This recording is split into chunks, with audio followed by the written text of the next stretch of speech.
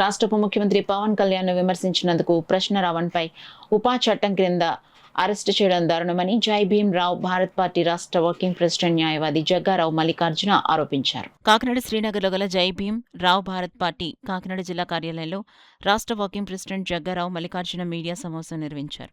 ఈ సందర్భంగా మల్లికార్జున మాట్లాడుతూ రాష్ట్రంలో జరుగుతున్న సంఘటనల నేపథ్యంలో ఎవరైనా ప్రభుత్వాన్ని ప్రశ్నిస్తే వారిపై పోలీస్ కేసులు, దేశద్రోహం కేసులు పెట్టి అరెస్టు చేసి ప్రజలు భయభ్రాంతులకు గురిచేస్తోందన్నారు.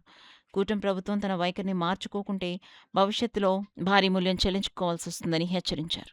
ఒక మాల వేసుకున్నట్టుగా ఒక వస్త్రధారణ మార్చేసి బొట్టెట్టుకుని నేను ఇష్టం వచ్చిన స్టైల్స్లో రోజుకో డ్రెస్ వేసుకుంటా వచ్చి ఇప్పుడు నేను ఈ కబుర్లు చెప్తాను, అస్సలు ఎవరో తిట్టకూడదు, ప్రశ్నిస్తే వెంటనే మీ మీద కేసులు వేస్తా. ఎక్కడికి పోతాం మిస్టర్ పవన్ కళ్యాణ్ గారు? ఉప ముఖ్యమంత్రి మీరు మర్చిపోయారేమో, మాకు గుర్తుంది. ఇప్పుడు కాబోయే హోమ్ మినిస్టర్ అని కూడా మీ నాయకులందరూ మాట్లాడుతూ ఉన్నారు కదా. ఏం మాట్లాడాలి? మీరు ప్రభుత్వంలో లేకపోతే బూతులు వస్తాయి, ప్రభుత్వంలో ఉంటే రావు. ఎవరైనా ప్రశ్నిస్తే వెంటనే కేసులు వేస్తారు, దాడులు చేస్తారు. ఈ హెడ్డింగ్ నేను ఇవాళ ఎందుకు పెట్టానంటే దాడులు లేదా అక్రమ అరెస్టులు అని చెప్పి.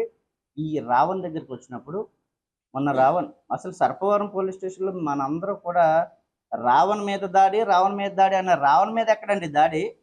పోలీసుల మీద దాడి. అది రావణ్ ఏమైనా సొంత కారు బండి మీద వెళ్తుంటే దాడి చేశారా? జనసేన నాయకులు కావచ్చు, లేకపోతే వీళ్ళందరూ కూడా పోలీసుల మీద పోలీసు వెహికల్లో ఒక ముద్దాయి తీసుకొని వెళ్తా ఉంటే 10-20 మంది ఆఫీసర్లు ఉన్న చోట గుడ్లు రాళ్లతో వీళ్ళ నాయకులు దాడి చేస్తే మనం ఎటుపోతా ఉన్నాం. అంటే పోలీసుల మీద దాడి చేస్తూ ఉంటే ఒక ఉప ముఖ్యమంత్రిగానో లేకపోతే నీ పార్టీ అధినేతగానో నువ్వు ఖండించు. ముఖ్యమంత్రిగా ఆయన ఖండించడు.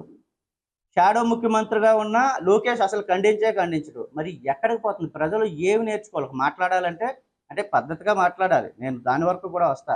అంటే మాట్లాడితే పోలీసుల మీద దాడి, లేకపోతే లోపల ఎవరున్నారో అనవసరం. నువ్వు ఎస్పీలైనా, డిఎస్పీలైనా, ఎస్ఐలైనా, సీఎలైనా అసలు రెస్పెక్ట్ లేకుండా నీ ఇష్టం వచ్చిన దాడులు చేస్తూ ఉంటే ప్రజలు ఎక్కడికి వెళ్ళాలి?